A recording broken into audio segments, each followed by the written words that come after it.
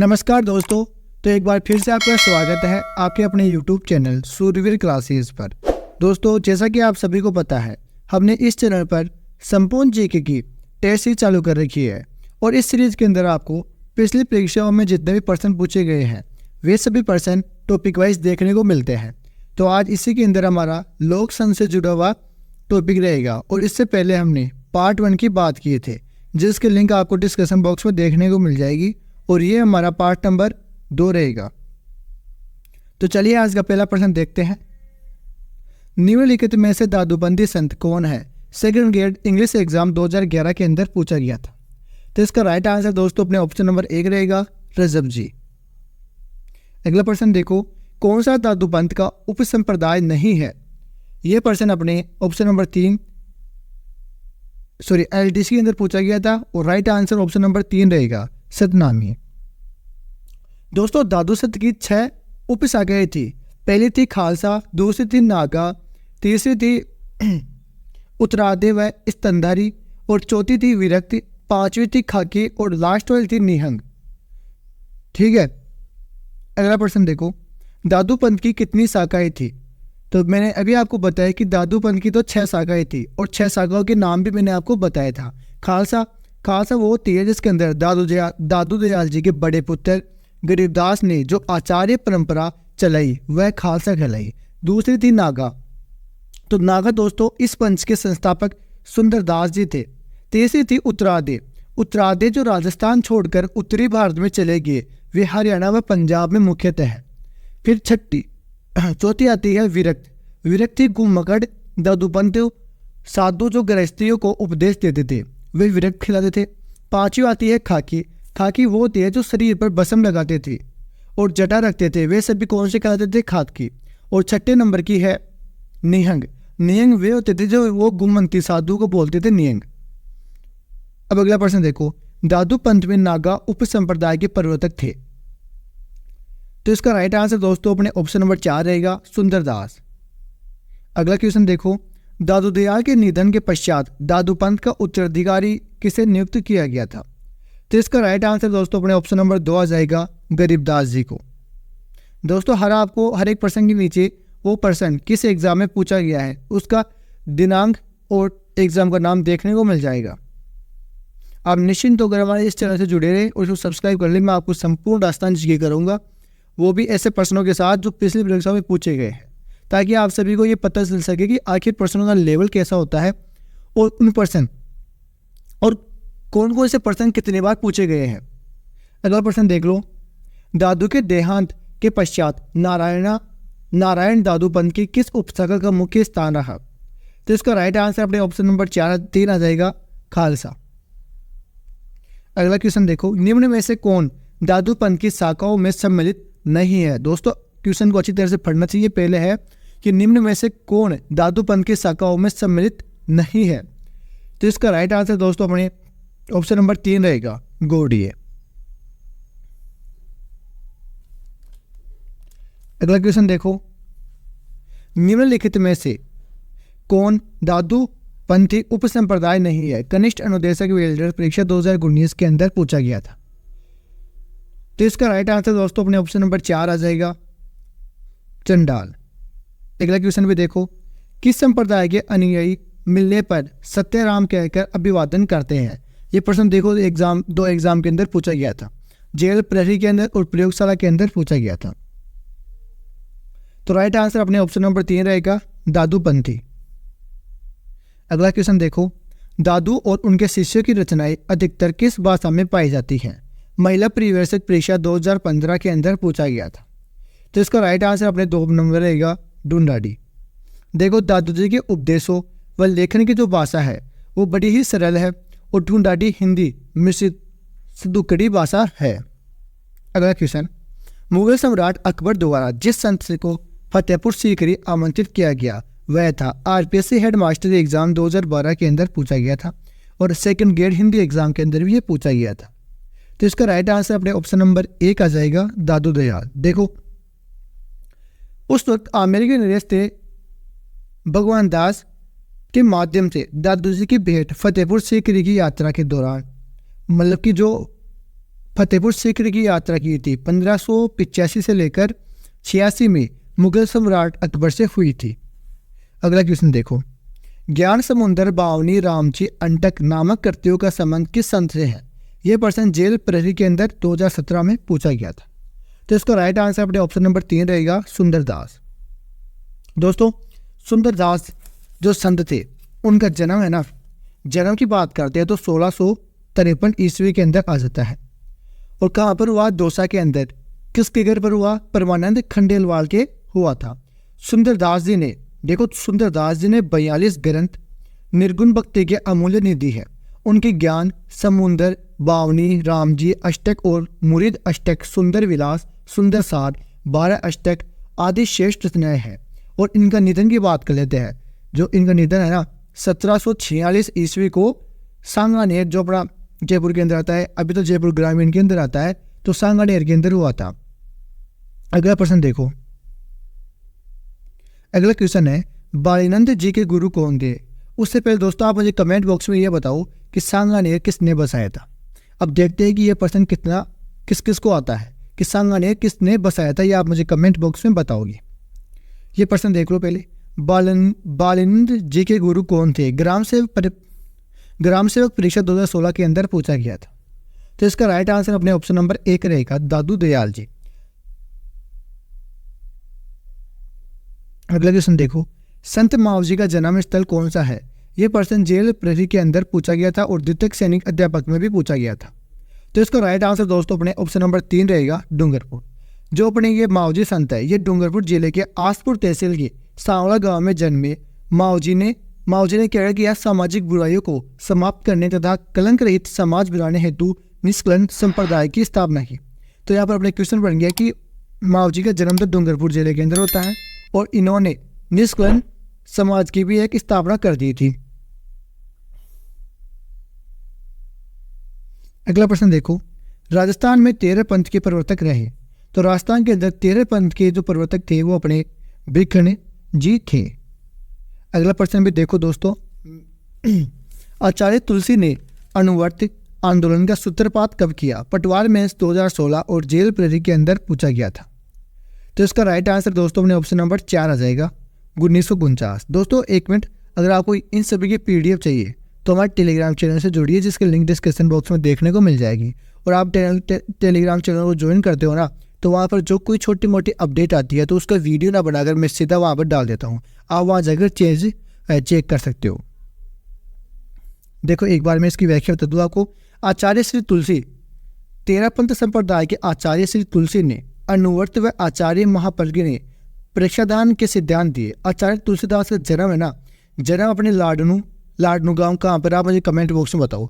लाडनू के अंदर 1914 ईस्वी को हो जाता है।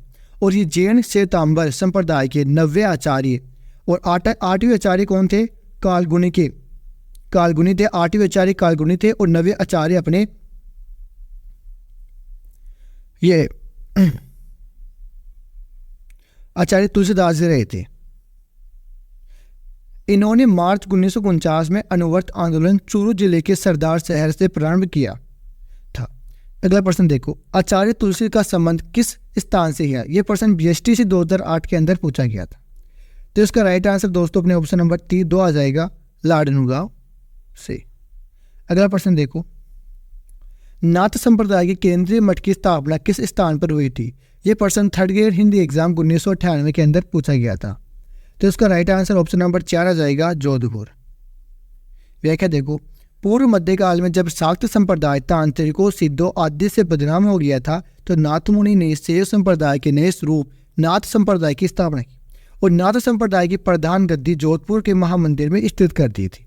अगला प्रश्न देखो, नाथ संप्रदाय की गद्दी स्थित है, ये प्रश्न जेल प्रहरी के अंदर पूछा गया था। तो नाथ संप्रदाय की जो गद्दी रहेगी वो अपने जोधपुर जिले के अंदर हो जाएगी। जोधपुर में महामंदिर प्रमुख गद्दी है, ठीक है।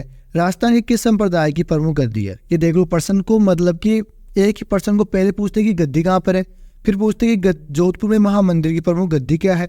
मतलब एक ही प्रश्न को मारे है और ये प्रश्न LTC के अंदर पूछा गया था। तो इसका राइट आंसर अपने ऑप्शन नंबर 4 रहेगा, नाथ पंथ।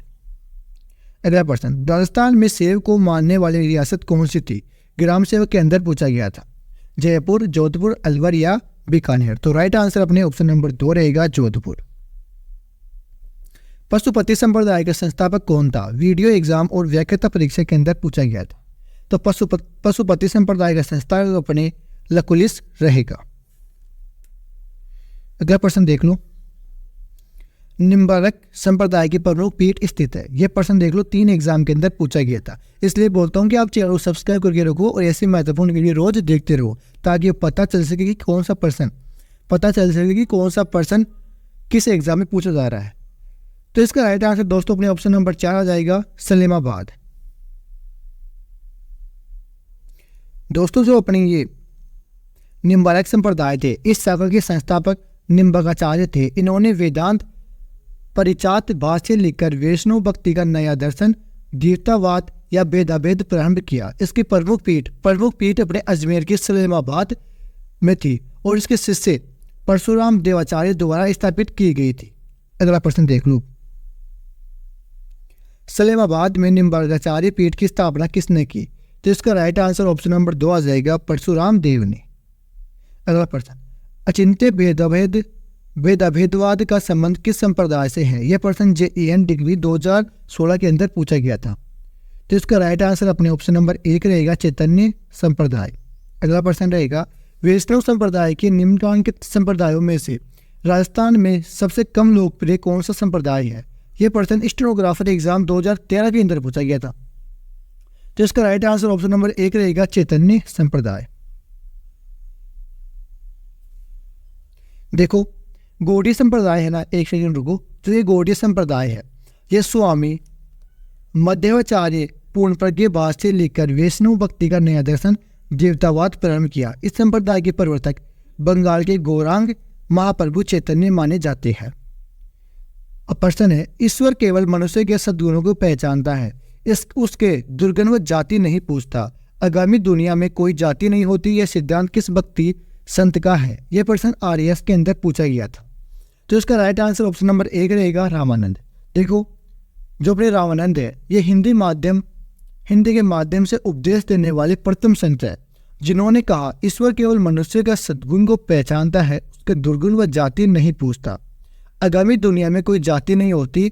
उत्तरी भारत के महान भक्त संत रामानंद के विभिन्न जातियों शिष्य थे। इनके 12 शिष्य में प्रमुख है, पहले थे रैदास जो कि चमार थे, दूसरे थे कबीर जो कि जुलाहा थे, तीसरे धन्ना जो कि जाट थे और पीपा राजपूत थे। देखो उस युग को चुनिए जिसके दोनों संत रामानंद के शिष्य थे। यह प्रश्न वियटनरी के अंदर पूछा गया था। तो इसका राइट युग्म है, सॉरी दोस्तों मैंने युग बोल दिया, लेकिन ये युग्म है। तो इसका राइट आंसर अपने ऑप्शन नंबर 4 रहेगा, धन्ना और पीपा। धन्ना जाट थे और पीपा कौन थे? राजपूत। अगला प्रश्न है, निम्नलिखित स्थानों में से संत रैदास का जन्म स्थान कौन सा है? यह प्रश्न असिस्टेंट जेलर एग्जाम 2016 के अंदर पूछा गया था। तो इसका राइट आंसर अपने ऑप्शन नंबर 2 आ जाएगा, बनारस। देखो दोस्तों, संत रैदास कबीर जी के समकालीन थे और जाति के चमार। रैदास जी रामानंद के प्रमुख शिष्य थे और रैदास जी का जन्म बनारस में हुआ था, किंतु इन्होंने अपना कुछ समय राजस्थान में भी बिताया था। रैदास जी की वाणी रैदास की पर्ची कहलाती है। इनकी छतरी चित्तौड़गढ़ के कुंभश्याम मंदिर में एक कोने में बनी हुई है। अगला प्रश्न देखो, निरंजनी संप्रदाय के संस्थापक थे। यह प्रश्न JEN के अंदर पूछा गया था। तो इसका राइट आंसर अपने आ जाएगा ऑप्शन नंबर 4, संत हरिदास जी। देखो दोस्तों, संत हरिदास जी का जन्म की बात करता हूँ तो नागौर जिले के कपाड़ोद नामक स्थान पर हुआ और ये संत बनने से पहले डकैती का कार्य किया करते थे और इनका संपर्क एक महात्मा के से हुआ और उनसे संपर्क होने के बाद इनका हृदय परिवर्तित हो गया और हरिदास जी द्वारा स्थापित संप्रदाय निरंजनी संप्रदाय कहलाता है। हरिदास जी की स्मृति नागौर जिले के गाढ़ा नामक स्थान पर प्रतिवर्ष मेला और मेला लगता है फाल्गुन सुदी में 1 से 12 तक बढ़ता है। अगला प्रश्न देखो, मंत्र राज प्रकाश किस संत के आध्यात्मिक विचारों का संकलन है? यह प्रश्न JEN डिग्री 2016 के अंदर पूछा गया था। तो इसका राइट आंसर ऑप्शन नंबर 4 रहेगा, अपने संत हरिदास। अगला प्रश्न है, संप्रदाय जो नियमित की अटलता में विश्वास करता था। RAS 2015 के अंदर पूछा गया। तो इसका राइट आंसर आजीविका आ जाएगा। देखो, आजीविक संप्रदाय की स्थापना मखली गोसाल ने की थी। आजीविक दर्शन को नियतिवाद कहा जाता है। अगला प्रश्न देखो, भक्त कवित्री कर्माबाई राजस्थान के किस क्षेत्र की निवासी थे? यह प्रश्न सेकंड ग्रेड साइंस एग्जाम 2011 के अंदर पूछा गया। इसका राइट आंसर ऑप्शन नंबर 4 रहेगा। अगला प्रश्न, अलखिया संप्रदाय की स्थापना किसने की? यह प्रश्न पटवार के अंदर पूछा गया था और ग्राम सेवक में भी पूछा गया था। तो राइट आंसर लालगिरी आ जाएगा। देखो, अलखिया संप्रदाय चूरू जिले में जन्मे स्वामी लालगिरी द्वारा 10वीं सदी के प्रारंभ में परिवर्तित इस निर्गुण भक्ति संप्रदाय की प्रमुख पीठ बीकानेर में स्थित है और अलग स्तुति प्रकाश इस संप्रदाय का प्रमुख ग्रंथ है। अगला क्वेश्चन, कटी हुई कांत तथा जटा निम्न में से किस परिचयात्मक प्रतीक होते हैं? सूचना साहित्य 2018 के अंदर पूछा गया था। तो इसका राइट आंसर ऑप्शन नंबर 3 आ जाएगा अपनी रावल जोगी। अगला प्रश्न, ख्वाजा मोइनुद्दीन चिश्ती की दरगाह के लिए मुगल बादशाह अकबर द्वारा व्यवस्थार्थ दिए गए गांवों की संख्या है? पीसीआई एग्जाम 2021 के अंदर पूछा गया। तो राइट आंसर ऑप्शन नंबर 4 रहेगा अपने 18। अगला प्रश्न, सन्यासियों के सुल्तान के उपनाम से जाने जाते हैं? RPSC second grade teacher exam 2010 में पूछा गया। तो इसका right answer option number 3 Hamiduddin Nagauri जाने जाते हैं। नागौर में किस सूफी संत की मज़ार है? आरपीएससी थर्ड ग्रेड के अंदर पूछा गया। तो नागौर के अंदर अपने शेख हमीउद्दीन की संत की मज़ार है। अगला क्वेश्चन, किस सूफी संत ने नागौर के पास सुवाल गांव में अपना केंद्र बनाकर शांतिपूर्वक प्रचार प्रसार किया? एलडीसी के अंदर पूछा गया। तो इसका right answer option number 4 Sheikh Hamiuddin आ जाएगा। अगला प्रश्न देखो, काजी हमीउद्दीन सुहरवर्दी को किस स्थान पर सर्वप्रथम काजी बनाया गया था? Librarian third grade teacher exam 2016 के अंदर पूछा गया। तो इसका राइट आंसर दोस्तों ऑप्शन नंबर 1 रहेगा अपनी नागौर। किस सूफी को सुल्तान ए तारकिन की उपाधि प्राप्त हुई? वीडियो एग्जाम 2021 के अंदर पूछा गया था। तो राइट आंसर ऑप्शन नंबर 1 रहेगा शेख हमीउद्दीन नागौरी। अगला प्रश्न, ख्वाजा मोइनुद्दीन चिश्ती के गुरु थे? तो इसका राइट आंसर अपने ऑप्शन नंबर 2 रहेगा हजरत शेख उस्मान हारूनी। अगला प्रश्न, अजमेर में ख्वाजा मोइनुद्दीन चिश्ती सूफी सिलसिला से संबंधित है? तो इसका राइट आंसर ऑप्शन नंबर 4 रहेगा चिश्ती। अगला प्रश्न देख लो, ख्वाजा मोइनुद्दीन चिश्ती की दरगाह अजमेर का निर्माण किसने किया? हाई कोर्ट एलडीसी 2022 के अंदर पूछ लिया गया था। तो राइट आंसर ऑप्शन नंबर 4 रहेगा गयासुद्दीन खिलजी। देखो, ख्वाजा मोइनुद्दीन चिश्ती की दरगाह अजमेर का निर्माण की शुरुआत इल्तुतमिश द्वारा की गई थी और कब की गई थी? 1464 में मांडू के सुल्तान गयासुद्दीन खिलजी ने इसे पक्का करवाकर इस पर गुंबद का निर्माण करवाया था। अगला प्रश्न, ख्वाजा मोइनुद्दीन चिश्ती का उर्स कहाँ आयोजित किया जाता है? स्टेनोग्राफर के अंदर पूछा गया था और राइट आंसर अजमेर आ जाएगा। देखो, जो मुसलमान होते हैं उनकी समत कौन सी होती है? हिजरी समत। तो अजमेर में हर वर्ष हिजरी समत के अनुसार 1 रजब से 6 रजब तक ख्वाजा मोइनुद्दीन चिश्ती की याद में ख्वाजा साहब का उर्स लगाया जाता है। अगला प्रश्न है, दाऊदी बोहरा संप्रदाय का प्रमुख उपासना स्थल है? तो इसका राइट आंसर ऑप्शन नंबर 4 रहेगा गलियाकोट। पीर फकरुद्दीन बाबा जी मजार किस नदी के तट पर है? तो इसका राइट आंसर ऑप्शन नंबर 1 आ जाएगा माही। अगला प्रश्न देखो, परिणामी संप्रदाय के उपदेश किस ग्रंथ में संग्रहित है? तो इसका राइट आंसर ऑप्शन नंबर 1 रहेगा कुजलम सवरू। दोस्तों, कुछ ये प्रश्न थे जो संयुक्त संप्रदाय से जुड़े हुए थे और ये प्रश्न पिछले 30 वर्षों में लगातार पूछे आ रहे थे। तो मैंने आपको ये पार्ट 2 के माध्यम से पूरा वीडियो दे दिया है और इससे पहले पार्ट नंबर 1 था जिसकी लिंक डिस्क्रिप्शन बॉक्स में देखने को मिल जाएगी। और इसके बाद हमारा जलवायु का टॉपिक रहेगा राजस्थान के भूगोल में, तो आप उससे भी जुड़े और उसको पूरा देखें, क्योंकि जलवायु पे बहुत सारा डाउट और कन्फ्यूजन रहता है। वो सारा मैं आपको उस वीडियो के माध्यम से बता दूंगा। तो उसकी प्ले लिस्ट भी आपको देखने को मिल जाएगी। आप डिस्क्रिप्शन बॉक्स चेक करो, वहाँ पर आप इंस्टाग्राम, टेलीग्राम और जितने भी अपने प्ले लिस्ट है वो सारी प्ले लिस्ट नंबर से देखने को मिल जाएगी। तो आप वहाँ जाकर चेक कर सकते हो। जय हिंद, जय भारत। फिर मिलता है अगली क्लास के अंदर।